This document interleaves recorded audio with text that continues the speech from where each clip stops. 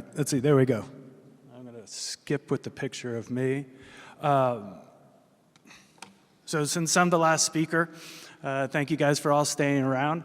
I want to sort of figure out how to tailor this conversation. I think you've heard a lot from public companies, you've heard from some private companies, you've heard from an innovative biopharmaceutical companies. If I could just get a quick show of hands so that I can understand where to take this conversation, how many of you are already in the cannabis industry with an existing operator? Okay, not many. How many of you are looking to be or are investors in cannabis companies? Okay, just a few. And a majority are here to learn about the industry? Okay, a few more. All right, so I'll give you a little bit of background on Revolution Global.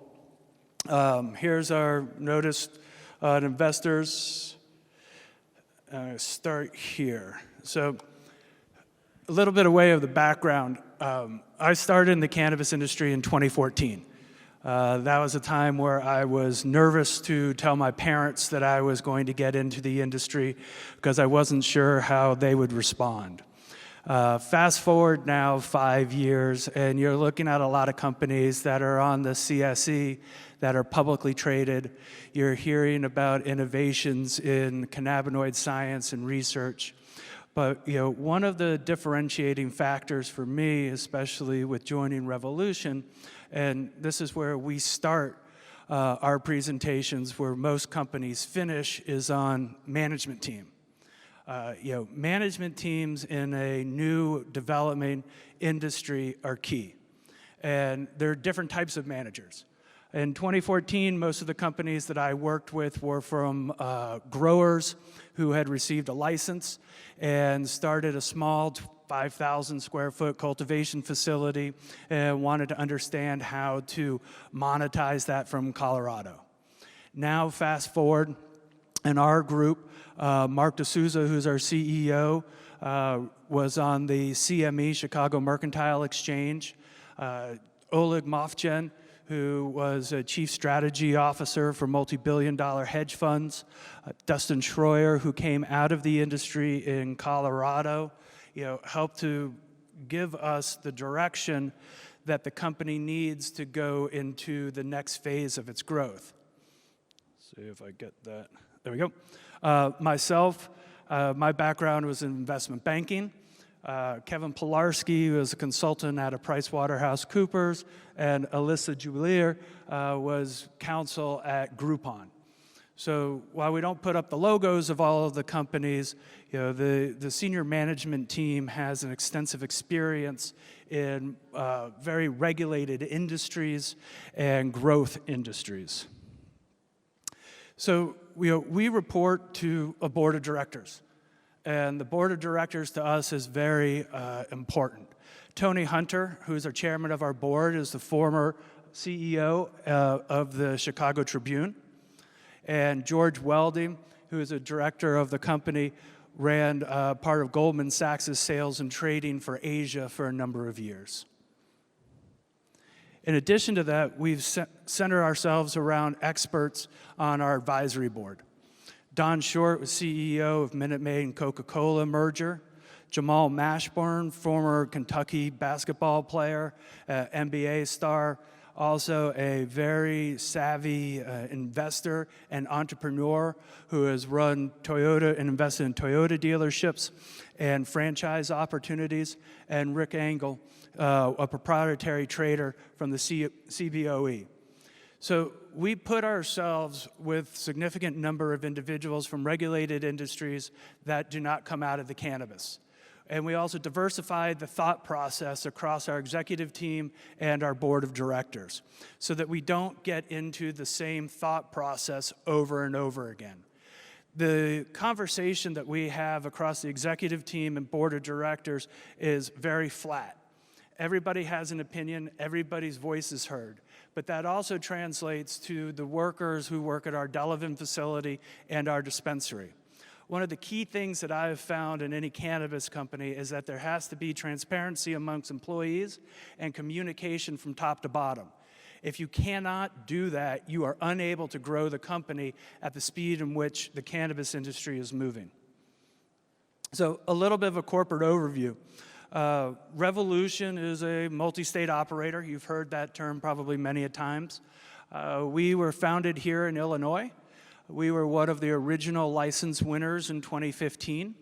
Upon getting awarded the license in 2015, we stood up our cultivation facility down in the middle part of the state in Delavan in about 7 to 8 months, which was a record from what I have heard from most cultivation individuals. We cleared farmland and put up a cultivation. We have been a strong supporter, and Delavan has been a strong supporter of us, where we have brought significant number of jobs to the community and continue to expand. Our cultivation facility is 75,000 square feet. We are putting on a second indoor grow of another 75,000 square feet, and we have an additional 60 acres that we are looking at as a phase 5 to increase in our greenhouse. While we believe that we are stewards of the plant and all cannabinoids, we recently made an investment in a company called Riley's Hemp Inc. They are out of Vermont. They are a CBD pet treat company. You've probably heard a lot about pet treat companies recently. They are sort of the talk of the town these days, with a lot of companies looking to raise capital. Riley's has been around since 2015. Before CBD really was even talked about for human or pet consumption. They are based with a science background under Dr. Gary Fasulo. So HempVet's products are great by themselves, but significantly increase for pets with regards to the inclusion of CBD. The company currently does dog and cat treats, but are looking to get into equine as well. So Revolution, and this is one of the interesting parts for people learning about the industry, is how do you structure your company? We're structured, given that we are a multi-state operator with a parent holding company on the top. We've created the 2 separate core businesses. We have our core cannabis industry, which is one segment, and we have a health and wellness segment, which is separate. Why do you do that? Well, you do that for a couple of reasons. One, in case there's an opportunity to have a divestiture and an acquisition, you're easily able to separate both of the entities. And 2, tax differences between cannabis companies and CBD companies. If you're getting into the industry, let me recommend that is one of the first places that you go to research tax impacts of cannabis companies. A little thing called 280E. There's a recent settlement that just happened and announced yesterday on Harborside's settlement with the IRS for about $11 million, where there was anticipated a $36 million tax impact. Cannabis taxation can crush a company.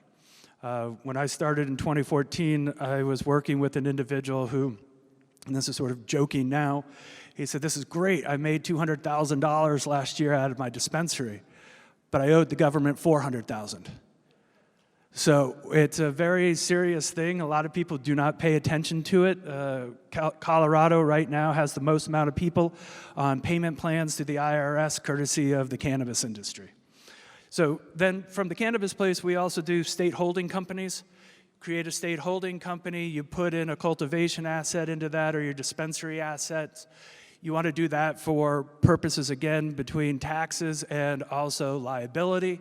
Every dispensary that you're going to end up putting together, you're going to most likely have its own FIEN number that will allow you to get a banking account within the state. Each of those will be, have a cost, because each of those will be individual. You do that also for liability insurance. If somebody slips and falls in your dispensary, you don't want them to be able to sue all the way up to the parent company where the cash is. So just some structural organizational ideas for you guys as you've paid to be here at the conference. Maybe take away a nugget of information for yourselves, not just about the companies that are presenting. So this is a generic slide. I think all of you have probably seen this, the growth of the industry. It's amazing. This is what got me into it as a former and reformed investment banker, living through the financial crisis. So the company, people usually say, geez, I wish I had gotten into the industry earlier. I can't believe everything seems to be already done in the industry has passed me. Trust me, it hasn't. We've got 10 states that have legalization of cannabis, 30 plus states that have done it for medical use. The industry is just starting.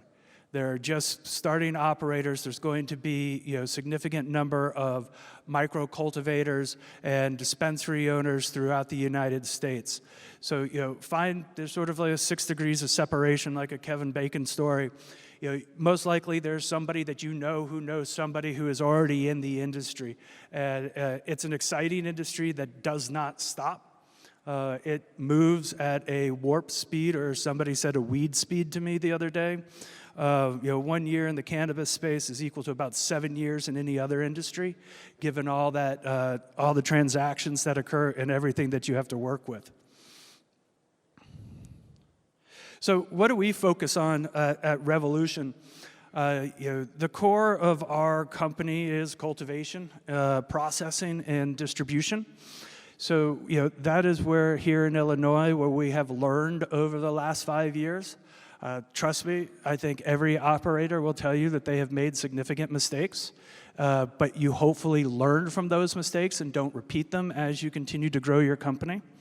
We believe that we are the largest square footage operator in Illinois right now, especially when we complete our second facility and be upwards of 150,000 square feet. So we operate at scale. And it's important to us to operate at scale with reproducibility. Reproducibility both from a flower and from a product perspective. The following of the SOPs is critical for anybody. By doing reproducibility, what does that lead you to? A branded product. Something that somebody can have guaranteed efficacy with and desired effect will have the individual coming back to your product. Currently, the medical program has grown nicely in Illinois only after the last about 3 or 4 months.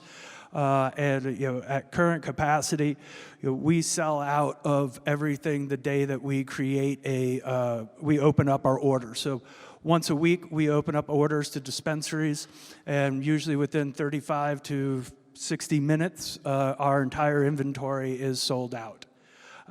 That's led us to partnerships. We prefer to partner with operators or license holders that we consider quote-unquote sort of naked. Individuals who have won a license and are interested in being in the industry but are not necessarily interested in being the operator. That's where we can come in to help monetize that license value.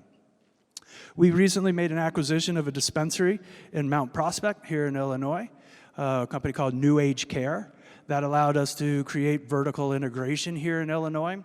One of the key reasons for that, as a cultivator, we did not have access to the patient.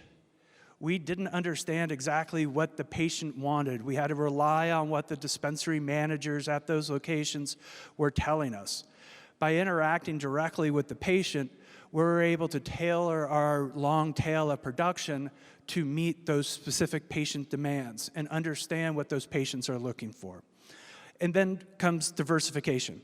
We look at diversification on a multiple aspect, both in equality and diversification of product. In our corporate offices, we have about 45% right now female employees in our corporate offices.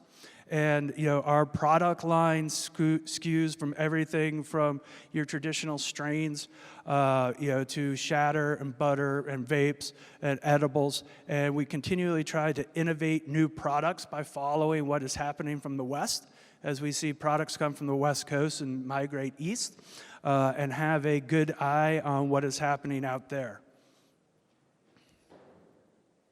So this is a slide of our footprint. As I discussed, our current operations are in Illinois. We have an operation to open a dispensary in Maryland, which we won back in 2016, I believe. We recently were awarded a vertically integrated license in Florida, which allows us to stand up, cultivation, processing, and up to 35 licenses in the state, dispensaries in the state of Florida. And we have a managed services agreement with one of the 5 licensed operators in Arkansas. We've also applied and submitted applications for be vertically integrated in New Jersey, a competitive process, and waiting to hear from the state when they're going to award our licenses. Here's just a little economics on each of the states. I think the Illinois number now is out of date, especially with adult use coming on. We see that the Illinois market itself could be anywhere between $3 to $4 billion, given the 12.8, 12.9 million people that live here and 125 million people that come to visit here annually. Florida, fast-growing market. The state is having contemplation that it's going to go ballot initiative in 2020 for adult use. So you're starting to really see, the East Coast now following what's happened in the West Coast. Arkansas, a state most people didn't even know had a medical program. Relative to comparison between Illinois and Arkansas, Illinois right now has about 88,000 patients registered, 12.9 million people. Arkansas has 3 million people and already have 27,000 people registered. Arkansas is registering at about 1,000 people a week to join the program. So we see Arkansas as a large, not a huge dollar amount, but a deep penetration into a very stable state. As discussed, New Jersey and Maryland, New Jersey is an application state, and Maryland is for our dispensary.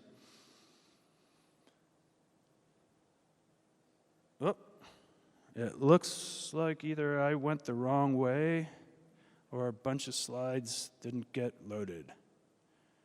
Looks like a bunch of slides didn't get loaded. So I discussed our branded products and flower side. But, I'll sort of, again, my timer says down here I've got 2 minutes and 45 seconds, but I think I was supposed to end by 3:30.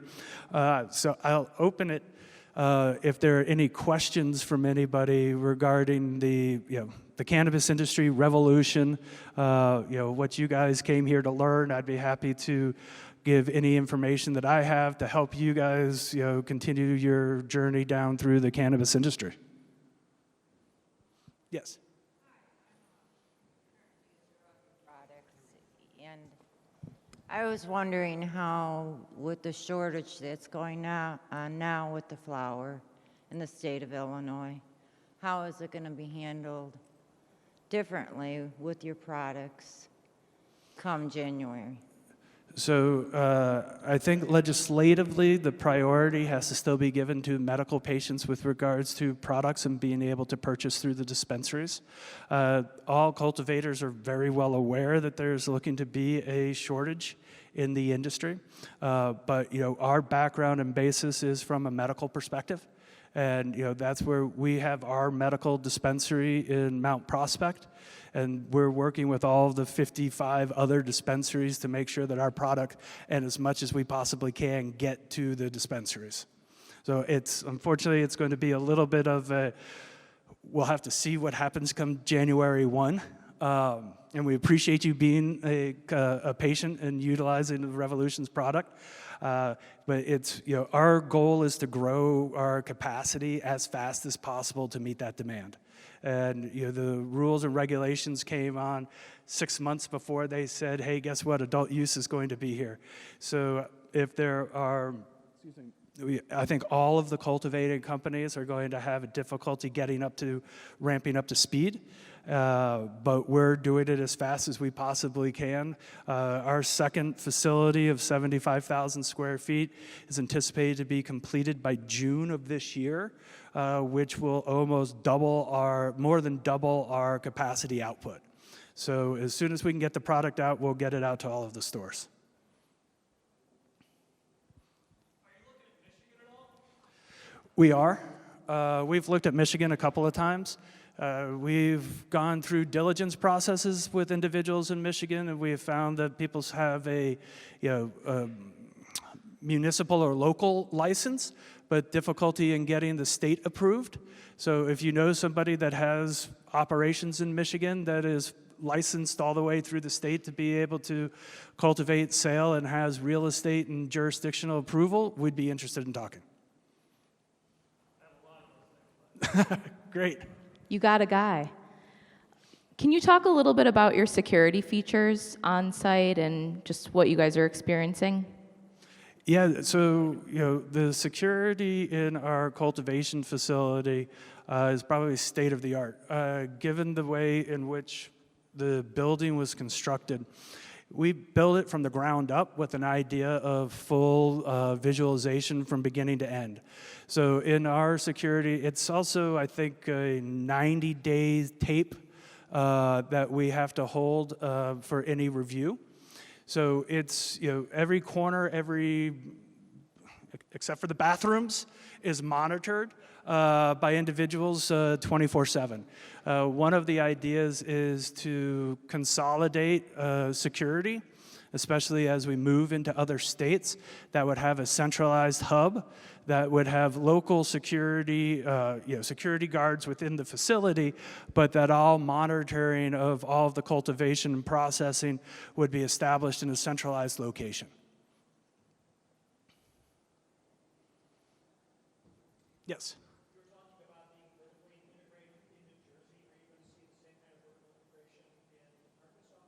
We are in conversations with potentially a couple of dispensaries in Arkansas to create vertical integration. We are believers that vertical integration allows us to control both the production, packaging, branding, messaging, and especially the information dissemination to the patients. You hear a lot of product companies that will talk about 10 milligram dosing this and great design and great packaging, but the bud tenders or the sales associates, whatever the dispensary calls them, if they're not part of the organization's products, they don't understand the history, they don't understand the compliance, they don't know all that goes into it. So by being able to educate the sales associates who get to visit the cultivation facility and see how the product is made and understand all that went into it, we believe significantly helps sell our own products in our own stores.